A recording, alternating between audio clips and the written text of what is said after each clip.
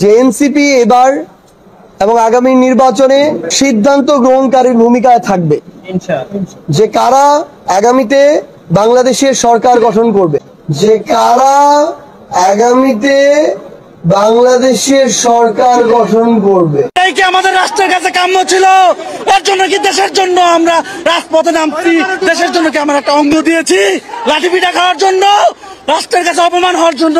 রাষ্ট্রের কাছে আমাদের ন্যূনতম একটা দাবি ছিল আমাদের সুচিকিৎসা আর একটু সম্মান, আর কিছুই না। সম্মান তো দিল না, রাষ্ট্র দিল আমাকে লাঠিপিটা, লাঠিপিটা, লাঠিপিটা। আমরা কোনো উচ্ছৃঙ্খলতা করিনি, কিন্তু বর্তমানে আমাদেরকে বের করে দিচ্ছিল, তারা করতেছিল। এখন অনেককে হসপিটালে নিয়ে যাওয়া হয়েছে, ওখানে পড়ে আছে। মজা পাইলাম, মির্জাফর সাজদিস আলমের কথা শুনা মজা পাইলাম, এমনকি বিনোদনও পাইলাম। যে পার্টি এখন পর্যন্ত নিজের শাপলা প্রতীক এখনো নিতে পারে নাই, যেখানে বেগুন থালা বাটি থেকে শুরু করে শশা গাজর এগুলো দিয়ে দিছে, অন্যদিকে আমাদের আপনাদের যারা ভাবে অলরেডি বাংলাদেশের নয় বিশ্ববাসীর কাছে পরিচিত হয়ে গেছে, তিনি একজন যৌন চিকিৎসক। তিনি ছোট ছোট বাচ্চাদেরকে প্রশিক্ষণ দেয় কিভাবে বিয়ে করতে হয়, কিভাবে কি করতে হয়। জুলাই সনদে নাকি তারা সন্তুষ্ট না, যেখানে বিদ্যুৎ চলে গেলে বাংলাদেশের সাধারণ জনগণদেরকে, তাদের মা বাবাকে, তাদের মাদেরকে উচ্ছৃঙ্খল কথাবার্তা বলে।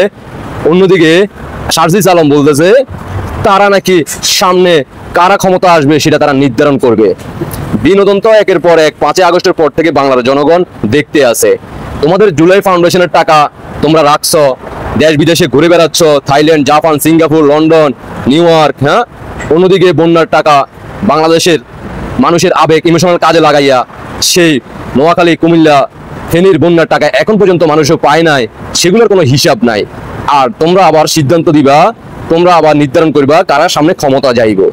এগুলো 5 আগস্টের পরবর্তীতে 1-1.5 মাস তোমাদের পক্ষে ছিল, তখন মানুষ অন্ধ ছিল। আর 5 আগস্টের পর থেকে তোমাদের একের পর এক তাদের মুখ থেকে তোমরা নিজেরাই স্বীকার করে নিচ্ছ এবং করে নিচ্ছ যে তোমরা কি করছো না করছো। তোমাদের গোপন কথাবার্তা তোমরা নিজেরাই ফাঁস করে ফেলছো। অন্যদিকে বাস্তবে ঘটনা যেগুলো, সেগুলো তো মানুষ নিজ চোখে দেখছে। বাংলাদেশের মানুষ এখন আর বোকা নাই, বাংলাদেশের মানুষ এখন বুঝে গেছে। এখন মাঠে নামো, মাঠে যাইয়া নির্বাচনের প্রচারণা করো। কয়েকদিন তো নির্বাচনের প্রচারণা করছিল সেনাবাহিনী, পুলিশ দিয়া।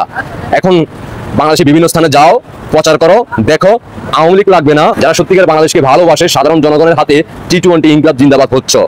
রাতের অন্ধকারে এখন দেখো না, দিনের আলো তো দেখো না। স্বপ্ন শুধু দেখো শেখ হাসিনা চলে আসছে বাংলাদেশে, আর ঘুমের মধ্যে স্বপ্ন দেখো আমাদের ফাঁসি হয়ে গেছে। আর এই স্বপ্ন দেখতে দেখতে বাংলাদেশের বিভিন্ন ডাক্তার, ইঞ্জিনিয়ার থেকে শুরু করে সবাই তোমাকে পরামর্শ দিচ্ছে যে তুমি ঘুমের ওষুধ খাও আর ঘুম যাও, কারণ তোমার ইতিমধ্যে মানসিকভাবে তুমি অসুস্থ হয়ে গেছো। বাংলার জনগণ, সাধারণ জনগণ সবার মুখে এখন শুধু একটাই বার্তা, সাজদিস আলম তাকে ঘুমের ওষুধ খাওয়ানো হোক। সে বাংলাদেশের চিকিৎসা করলে তার চিকিৎসা হবে না, তাকে উন্নত চিকিৎসার জন্য জালাবাবিকে সাথে নিয়ে তাকে নিউ ইয়র্কে, সিঙ্গাপুর, থাইল্যান্ড, জাপান বিভিন্ন দেশে পাঠানো হোক। আশা করি বুঝতে পারছো।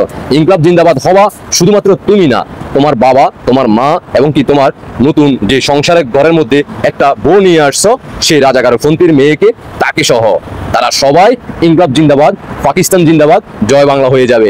শুধুমাত্র তুমি না, সেফ এক্সিট পাবা না, এটা কখনোই সম্ভব না। সর্বপ্রথম ঘেরাও করা হবে এয়ারপোর্ট। আশা করি বুঝতে পারছো। ধন্যবাদ। জয় বাংলা সৈনিক ভাই বোনদের দৃষ্টি আকর্ষণ করে বলবো, সর্বোচ্চ শেয়ার করে দেখার সুযোগ করে দিবেন বাংলার জনগণকে।